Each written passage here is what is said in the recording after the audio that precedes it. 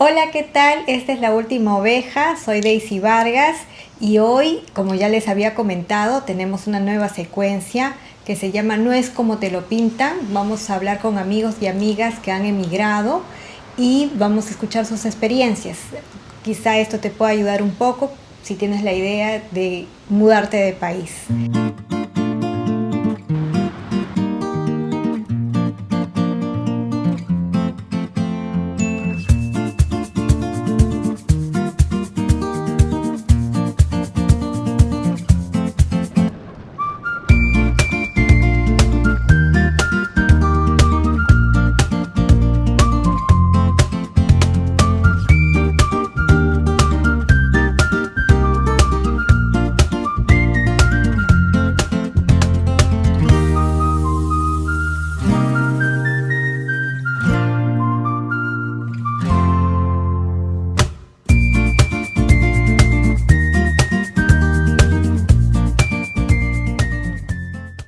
Tengo aquí como invitada a una chica colombiana. Ella es profesional, pero le voy a dar el pase para que ella se presente y le vamos a hacer algunas preguntas porque tenemos mucha curiosidad. Soy Kate Vallejo, soy colombiana, soy abogada y soy asesora migratoria.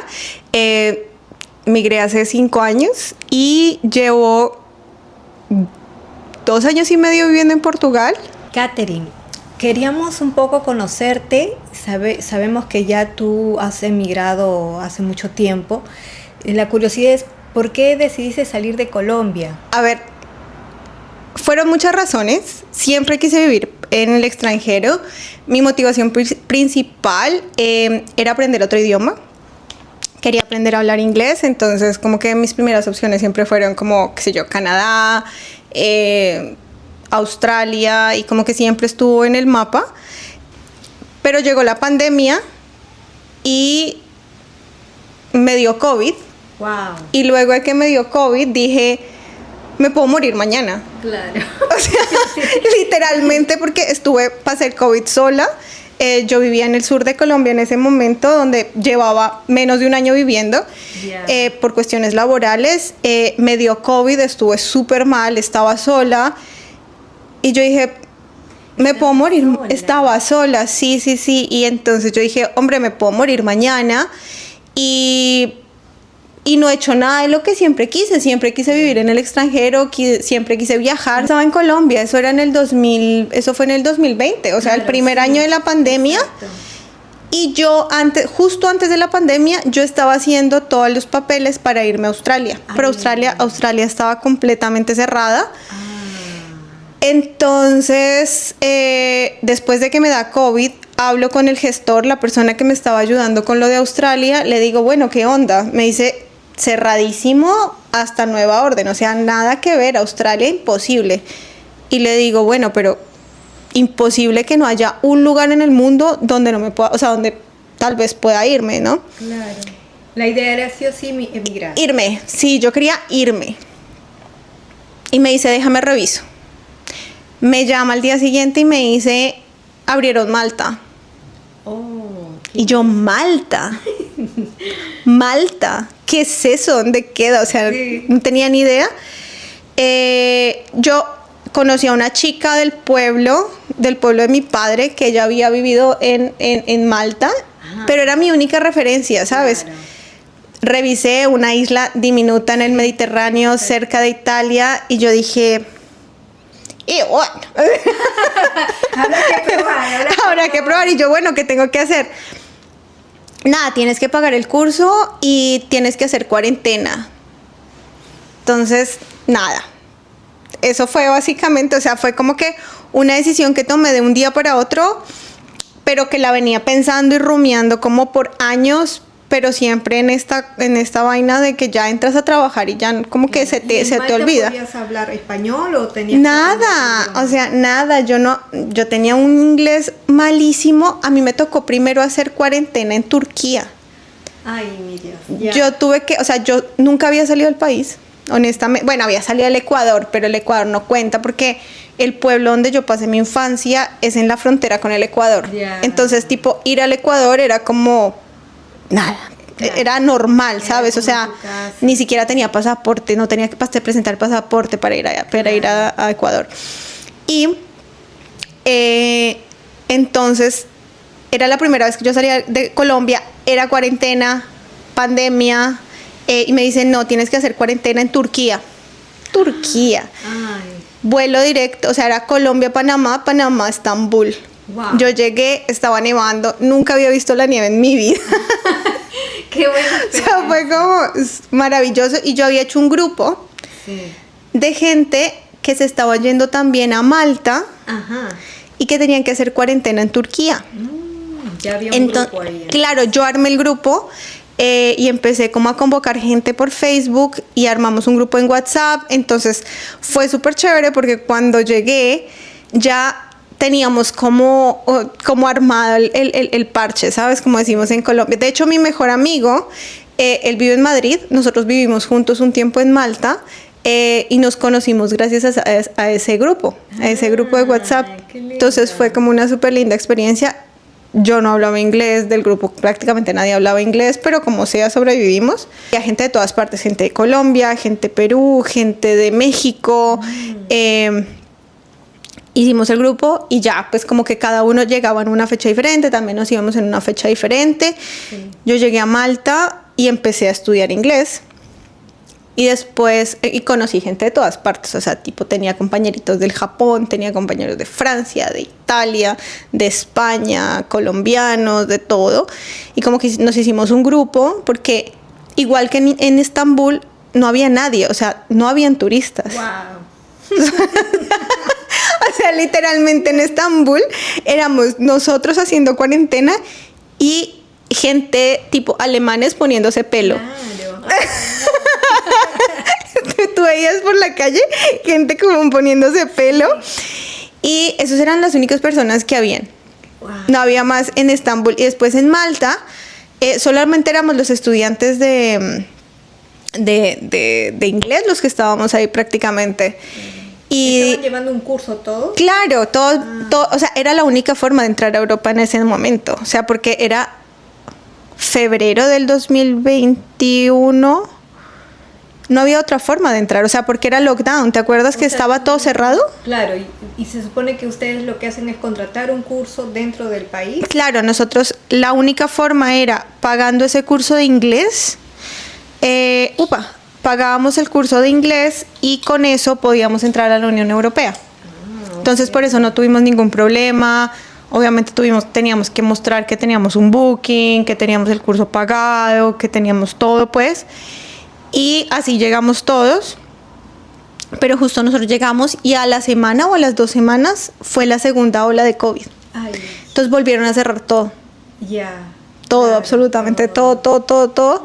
Y nada, o sea, sí, allá. ¿Cuánto tiempo más o menos duraron ahí o se quedaron? No, yo viví en Malta casi 2 años. 2 años. Sí, yo empecé a buscar trabajo apenas llegué. Sin hablar inglés. Mi inglés era terrible. Y conseguí un trabajo de oficina y era remoto. O sea, yo podía trabajar desde mi casa, solamente tenía que ir un día a la oficina, un día a la semana, los jueves, y vendía lotería.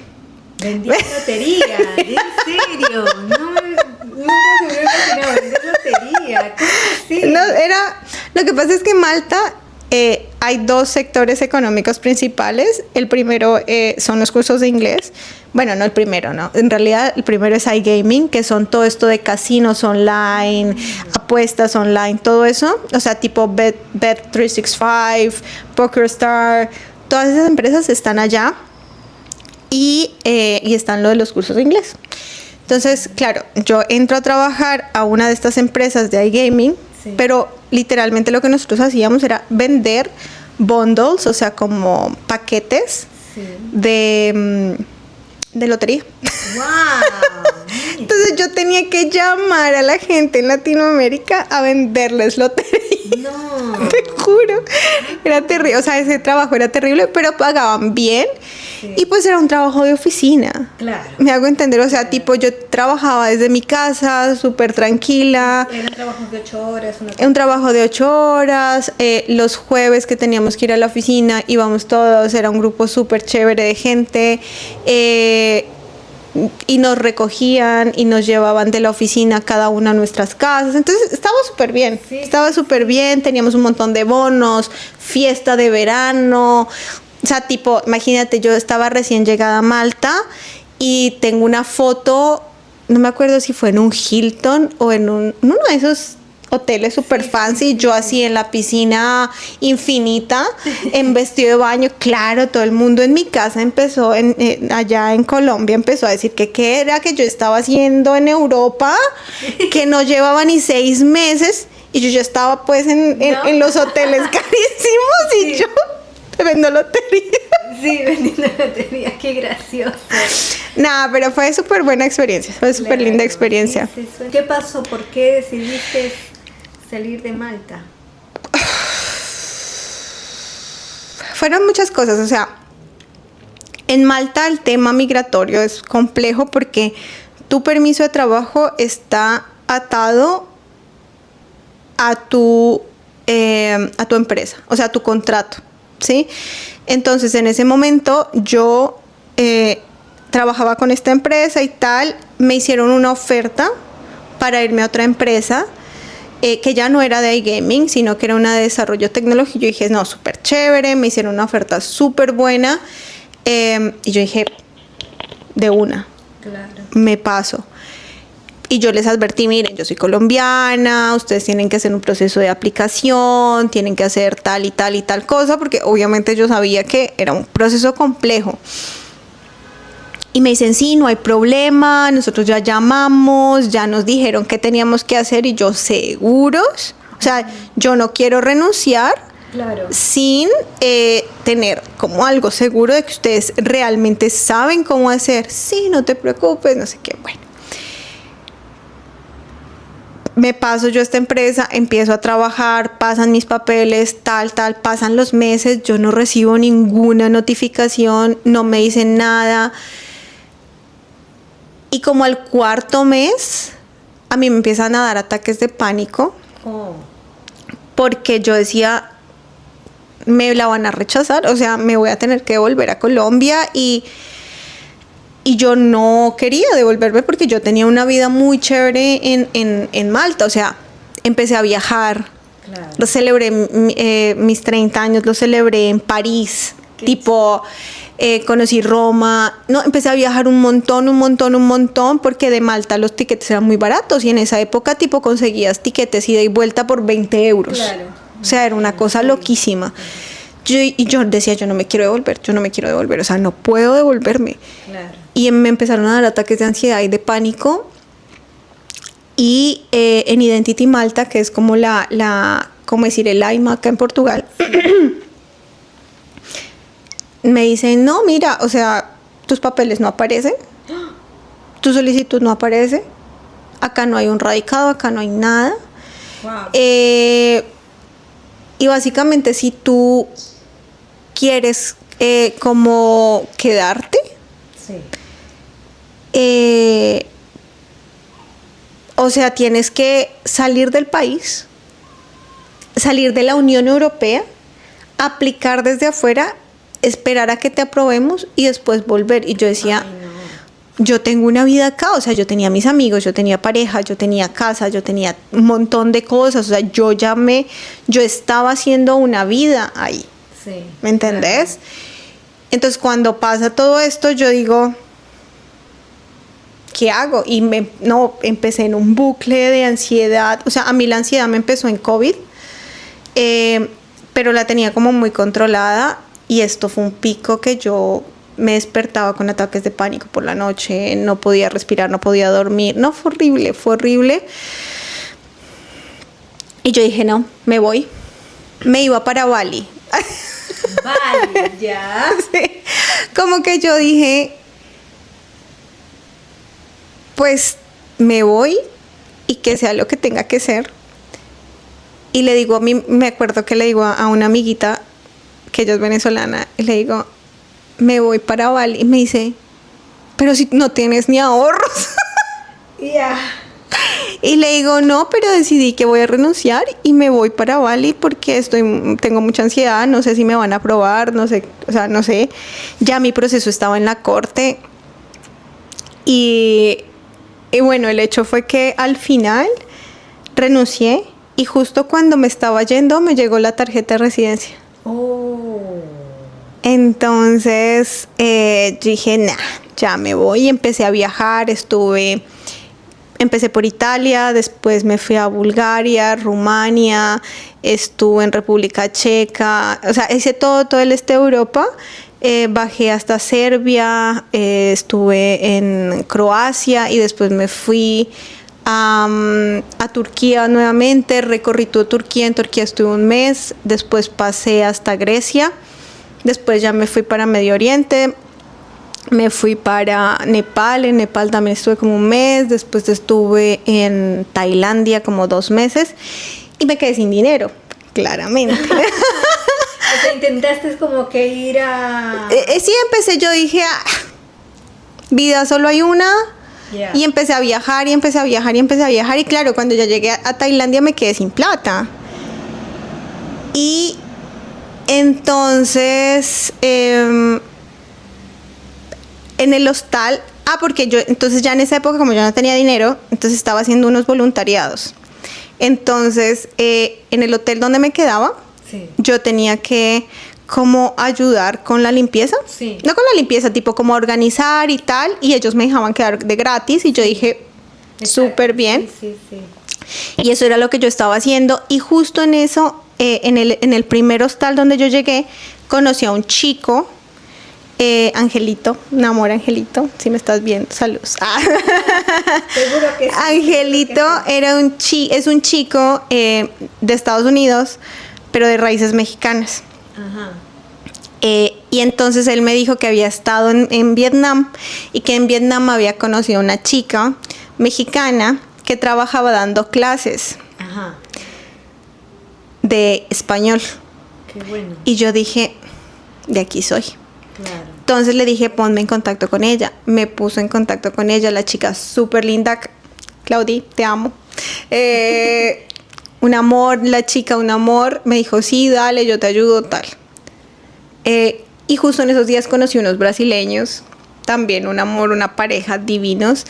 Les conté, yo mejor dicho ya había hecho unas cuentas alegres. Yo dije, salí de pobre, ¿sabes? Entonces, nada. Después yo me fui al norte, ellos estuvieron viajando por Camboya. Cuando me dicen, chica, estamos en Vietnam. Ay. Y conocimos a otros mexicanos Sí. que también trabajan dando clases. Y ya nos consiguieron unas clases. Yo, nah. Pues tomé un vuelo, me fui para Ho Chi Minh, llegué a la casa donde ellos estaban quedando, que se las había prestado otro mexicano. Llegué yo ahí y tal, me reuní con Claudia. Ella me recomendó con esta agencia de profesores. Claro. Y terminé yo dando clases a los 3 días de haber llegado a Ho Chi Minh. Bueno. Empecé a trabajar como profesora. Qué bien. Y ahí estuve 1 año. Claro. Ya después conseguí un apartamento, era súper lejos, aprendí a manejar moto, no sabía porque tú en Vietnam si no manejas moto te mueres de hambre porque es súper grande y a todas partes, y hace mucho calor, entonces a todas partes tienes que ir en moto. Ah, todo es por moto. Todo es en moto, o sea, todo es moto. Nada, terminé yo 1 año viviendo en Vietnam. Wow. Y al año dije, no, ya, fue suficiente, me voy. Y busqué opciones y como que de todas las opciones que tenía, mi madre vive en España, entonces claramente pues España era una opción, pero yo en ese momento no sabía muy bien como de las leyes migratorias y tal, la más fácil parecía Portugal. Hablamos con unos abogados en España y me dijeron que como yo ya era mayor de 26 años, ya no tenía opción para irme a España. No, en ese momento ni siquiera era de 26, en ese momento estaba solamente el límite hasta 21, o sea, yo ya no tenía nada que hacer.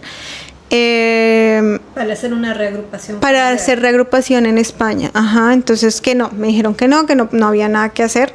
Ahora sé que sí se puede, pero en ese momento los abogados dijeron que no. ¿Estamos hablando en qué año fue eso? No, eso fue en el 2024, cuando yo me devolví de Vietnam, sí. Entonces, nada, Portugal era la mejor opción, manifestación de interés. Intenté hacer la visa de búsqueda de trabajo, pero no había forma, o sea, imposible. Yo estaba pensando en ir a Colombia, aplicar desde allá, volver. Sí. Imposible. No conseguí cita, entonces yo dije, nada, ya me volví acá a Europa, fui a Malta, después estuve en Londres unos días y llegué acá a Portugal. Sí. Yo ya sabía, o sea, yo ya tenía como toda la documentación, todo lo que tenía como mi checklist, ¿sabes? O sea, llegué el primer día, hice la declaración en la policía, o sea, todo así como súper bien organizado mi plan de migración. Y pues el requisito principal para la manifestación de interés era conseguir un trabajo. Sí. Entonces empecé a buscar trabajo y me contrataron en un escritorio de abogados. Ah, qué bueno. ¿Qué tal ahí? ¿Te gustó? ¿Qué tal el salario? Cuéntanos un poco acerca si fue real, qué expectativas tenías. Yo venía con unas expectativas nada que ver porque en Malta pagaban muy bien. Claro. Y en Vietnam también. Más o menos. O sea, por ejemplo, las entrevistas de trabajo que yo tuve en Malta para trabajos relacionados con abogacía, incluso siendo junior, eran entre 25 y 30 mil. ¿Sí?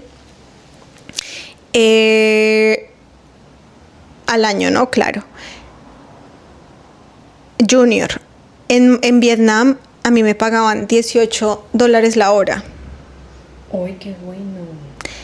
Entonces cuando yo llegué acá, yo la más de Lulu, o sea, yo juraba que yo dije, entonces claro, me llaman y me dicen, mira, nos gustó muchísimo tu perfil, y me mandan la propuesta. Yo me quería matar. O sea, yo estaba pagando una habitación en el centro de Lisboa, 800 euros. Sí, lo sé. Y me ofrecieron 900, antes de impuestos. Dios mío, no. ¿Qué hiciste? Y yo dije, pucha, ¿qué hago? Porque yo nunca he hecho trabajos como no cualificados, no porque no haya aplicado, porque he aplicado, pero nunca me llaman. He mentido en el CV. Te juro. Para cleaner, para empleado de mesa, o sea, como tipo mesera, todo. Nunca me han llamado. O sea, nunca, literalmente, ni siquiera para lavar baños, nunca me llamaron. Entonces yo, o sea, no tenía más opciones. Claro. Era esa opción o ninguna. Y yo dije, bueno, pues la voy a tomar, porque ¿qué más hago? Sí. Entonces eran 900 euros más subsidio de alimentación. Entonces quedaba como 1.100 más o menos. Pero pues después de descuento, o sea, era terrible. Obviamente me tocó buscar un lugar más barato, encontré, pero igual acá es muy caro en general. Sí. O sea, el sitio más barato que encuentras son, qué sé yo, 400, 500 euros. Sí. Y yo me acuerdo de un día estar llorando desesperada con una compañera de trabajo, decirle, es que ni siquiera puedo como pensar en no compartir más, porque yo estaba compartiendo habitación. O sea, imagínate el punto que yo llegué, que yo estaba compartiendo habitación y yo decía, yo necesito mi espacio, necesito vivir sola. Yo nunca había vivido en esas condiciones, ni siquiera cuando yo me fui a Malta, que yo literalmente a Malta llegué con una mano adelante y otra atrás. Yo llegué a Malta con 2.000 euros, sin conocer a nadie y sin saber el idioma. ¿Me entendés? Entonces... Claro. Es una situación de sobrevivencia. No, horrible. O sea, fue horrible y yo lloraba y yo no sabía qué hacer y la empecé a pasar muy, muy, muy mal porque... Claro, de vivir en Malta en una situación en que podías todavía ahí vivir y convivir con amigos y tener un salario que te pueda cubrir todo, estar más holgadamente. Llegas aquí, las condiciones son diferentes. Fue horrible. O sea, yo en Malta, sí, como tú dices, yo en Malta salía, yo en Malta viajaba, yo en Malta me compraba lo que yo quería. En Vietnam lo mismo. O sea, en Vietnam yo me di el lujo de decir voy a renunciar. Renuncié, me fui un mes a Bali a viajar. Y después volví a tener trabajo. Claro. ¿Me entendés? Sí, sí. Y pude ahorrar. Y estuve siempre súper tranquila. Y llegué acá con mis ahorros y yo pensé que llegaba súper bien, súper holgada, no sé qué. Nada. Y tras de eso, veo gente que lleva 3 o 4 años esperando a que le llegue su residencia. Sí. ¿En tu caso llegó rápido? En mi caso fue, honestamente yo he sido, en términos generales, he sido muy, muy bendecida, o sea, he sido muy afortunada. Yo presenté mi manifestación en abril del 2024 y a mí la citación me llegó el 2 de enero del 2025. Oh, O sea, fueron 8 meses. claro, qué bien. Y a mí la tarjeta me llegó 5 meses después. En el que no puedes salir del país. Mi mamá vive al lado, no podía ir a visitar a mi mamá. Mi hermanita se mudó a España y todos los días, ¿cuándo vas a venir? ¿Cuándo vas a venir? ¿Cuándo vas a venir? Y tú, es que no sé, tus amigos, oye, ¿cuándo vas a venir? Ve, cuando nos vemos. No, es que no puedo.